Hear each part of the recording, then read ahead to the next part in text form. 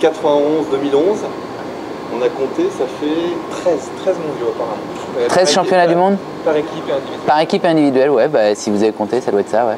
Mais je confirme, j'ai commencé en 91, ouais. Quand tu es arrivé là à Rotterdam, est-ce que tu as repensé à Chiba? Pas du tout. Non, pas du tout. Non. Chiba, c'est un peu loin, 91. Mais je me rappelle quand même bien quand j'y repense. C'était, je découvrais, j'avais même pas 22 ans, je crois. Non, j'avais pas 22 ans, j'avais 21. Et c'était l'aventure, quoi. C'était génial. J'avais fait des bons championnats. Bon, en simple, un peu moins bien qu'en par équipe, comme ça a été souvent le cas pour moi tout au long de ma carrière. Mais déjà, j'avais montré 2-3 trucs sympas en par équipe. Il y avait qui à l'époque dans l'équipe? Il y avait déjà Filou, il y avait Patou? Alors, l'équipe à Chiba, il y avait donc Filou, il y avait Nicolas Châtelain, il y avait Didier Montmessin, Patrick Chila et moi-même. Et donc, à l'arrivée, j'étais plutôt le numéro 5 quand on est arrivé. Et Patou était numéro 2 assez clairement. Et numéro 3, il devait tourner, c'était Didier Moms et Nico. Et puis en fait je suis rentré sur la Pologne, j'ai hyper bien joué, j'ai failli battre Gruba qui était numéro 4 mondial à l'époque. Je menais 19-17 à la belle et après j'ai gardé ma place. Et j'ai battu Valner en 8e de finale à 0-0 contre la Suède. Valner qui était champion du monde en titre. Donc sachant que c'était premier à 3, on y a cru quoi, parce qu'il restait 2 matchs à Filou, c'était une formule comme ça. Donc on y croyait à mort. Bon, on a perdu 3-1, ils étaient intouchables à l'époque, mais c'était déjà bien. Alors Jürgen devient champion du monde cette année-là. Ouais. Et puis 2 ans après, en Suède, tu es le coéquipier d'un joueur qui va rentrer dans l'histoire, de Filou, qui devient champion du monde. Exact. Tu as quel souvenir? Tu as des souvenirs perso ou tu as le souvenir de la victoire? J'ai les deux. J'ai déjà l'absence de souvenirs en par équipe qui en est une, parce que c'est la rare fois, je crois, où Patrick et moi, on n'a pas été sélectionnés en par équipe. C'était, je dois le dire, très surprenant et ça l'est encore aujourd'hui. Bon, on va pas refaire l'histoire, mais c'était un peu discutable. Et ensuite de ça, donc on était un peu revanchards, Patrick et moi. Et premier tour, Patrick qui bat 3-0 Jürgen, champion du monde en titre. Et moi, je bats 3-1 Peter Korbel, qui était numéro 15 mondial à l'époque, quoi. Donc voilà, on était revanchards, on s'est revanchés. Et donc on était contents. Et ensuite de ça, évidemment, tout le parcours de Filou était génial. Et voilà, c'était une belle fête. C'était un beau parcours pour lui et du coup une belle fête pour nous. C'est déjà un championnat du monde sur lequel tu es compétitif. Et quand on bat des joueurs de ce calibre, dès 95, c'est ton 3e championnat du monde, ça se concrétise par une première médaille. Ouais. Ce qui est exceptionnel dans un parcours, faire une médaille mondiale. Aujourd'hui, faire une médaille au championnat du monde, c'est presque irréaliste pour un Européen. Tu mesures ça aujourd'hui? Ouais, bon, bah, la concurrence asiatique n'était pas tout à fait la même non plus. Hein. Je pense qu'à l'époque, la génération des Wang Tao, Ma Wenge, Ding Song n'était pas à la hauteur de la génération actuelle où ils ont 8-10 joueurs monstrueux, quoi. Donc, il y avait un petit peu de place pour les Européens, première chose. Et puis on était au sommet de notre niveau quasiment, hein, tu vois. Peut-être pas 95, mais 97, ouais, tu vois. Mais c'est vrai que 95-97, ça reste les 2 plus belles années. On fait 2 fois médaille par équipe, médaille en double, médaille par équipe, médaille en double. Pour moi, c'était fantastique, c'était génial. Alors, chronologiquement, on arrive à 1999 et ça tombe bien. C'était déjà aux Pays-Bas, c'était à Eindhoven. Ouais. Vous aviez conquis le titre européen quelques mois auparavant. Ouais. Et un peu dans la même configuration qu'aujourd'hui, une forte concurrence pour aller au JO. Ouais, alors là, tu vas dire que tu n'as pas pensé encore à cet épisode-là, mais non, là, franchement, c'est loin de mes préoccupations aujourd'hui. Je crois qu'il faut être lucide aujourd'hui, à moins d'un exploit d'un des joueurs, voire 2 exploits d'un des joueurs, hormis Dédé, la sélection directe, qu'elle n'aura pas lieu. Après, on n'est jamais à l'abri d'un exploit, hein.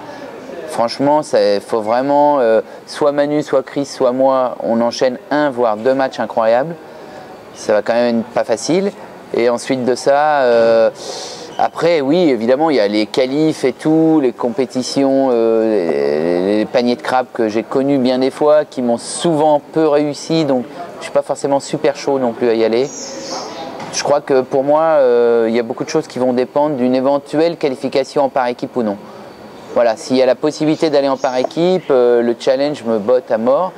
Si c'est qu'un challenge individuel, c'est vraiment... moi, j'ai déjà fait les Jeux Olympiques 4 fois, hein, c'est pas que je suis blasé ou quoi, mais tous les sacrifices que ça demande,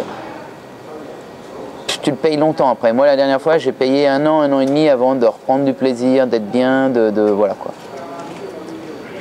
Il y a une deuxième décennie qui s'annonce ensuite, avec dès 2001 des championnats du monde dès 2000 au Japon. 2000 en Malaisie et 2001. Ouais, c'est ça, 2000 en Malaisie et 2001 au Japon. Alors, je ne vais pas dire c'est le début de la fin, mais clairement les années 90, en 2000, tu fais numéro 11 mondial, en septembre 99, ouais, 99, c'est ça, ouais. C'est l'apogée de ta carrière. Ouais, numéro 11 mondial. Et la deuxième décennie, pas dire que tu glisses, mais voilà, progressivement, ça s'étire. Ouais, forcément. Restes, voilà. Ouais. Comment tu as vécu ensuite tous ces championnats du monde sans médaille, mais où C'était pas facile. Hein. C'est pas facile parce que on avait pris l'habitude d'être sur les podiums. C'était une habitude depuis 94.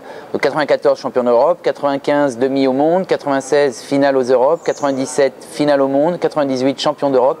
C'était la folie quoi. On était là tout le temps. Tout le temps serré, tout le temps à l'arrache.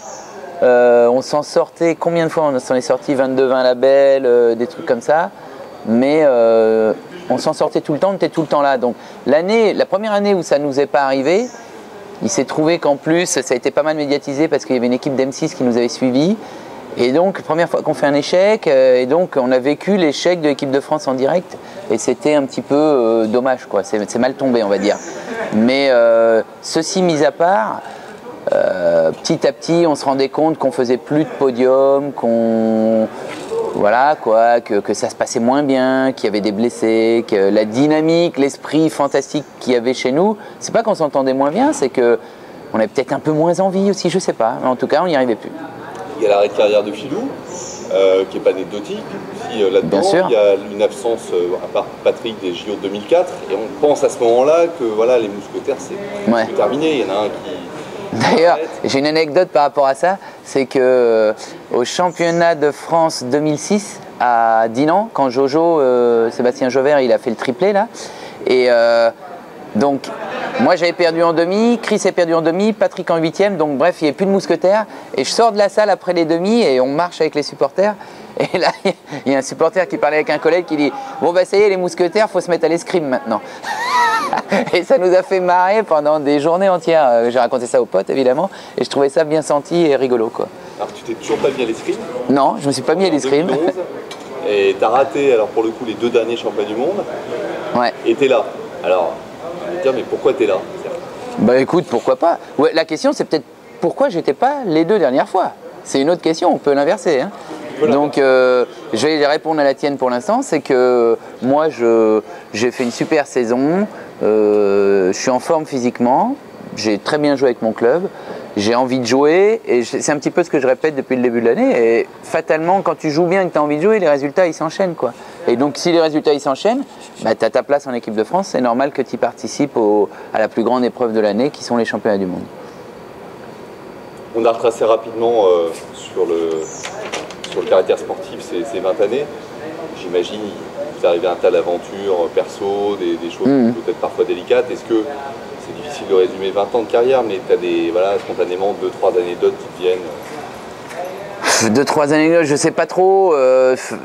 C'est dur à dire. J'ai plus envie de retenir finalement les côtés positifs quand l'époque où on faisait les médailles. L'aventure en Chine, c'était dingue quoi. Philou, il était champion du monde en titre, il se faisait harceler dans la salle pour les autographes dans la rue, c'était n'importe quoi. À la bouffe, les serveurs, ils le laissaient pas manger une minute. La salle, il y avait 10 000 personnes en folie. Ça faisait 2 ans ou 3 ans de suite qu'ils n'étaient plus champions du monde par équipe, la Chine. Et c'était vraiment la reconquête avec les jeunes qui allaient poindre après, Kong Linghui, Liu Goliang, toute la clique. Et c'est vrai que c'était une atmosphère fantastique. Puis là, quand tu allais à l'époque ces championnats du monde-là, c'était une semaine de par équipe, une semaine d'indiv, une semaine tu viens avant pour t'acclimater, te préparer tout. C'était 3 semaines tous ensemble. C'était génial, quoi. Tu vois, c'était pas Marco Polo, mais presque, quoi. Et franchement, on a vécu des aventures fantastiques. 97, du coup, faire finale contre la Chine, c'était notre rêve à tous, quoi.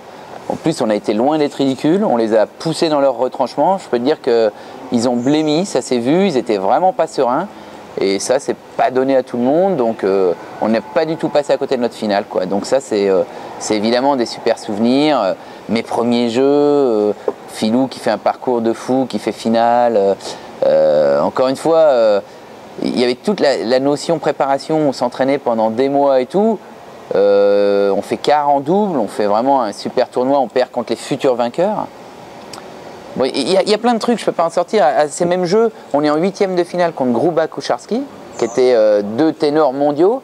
C'était en 7 de 21 à l'époque, 2 sets gagnants de 21. On prend 21-12 au premier, on n'a rien à voir.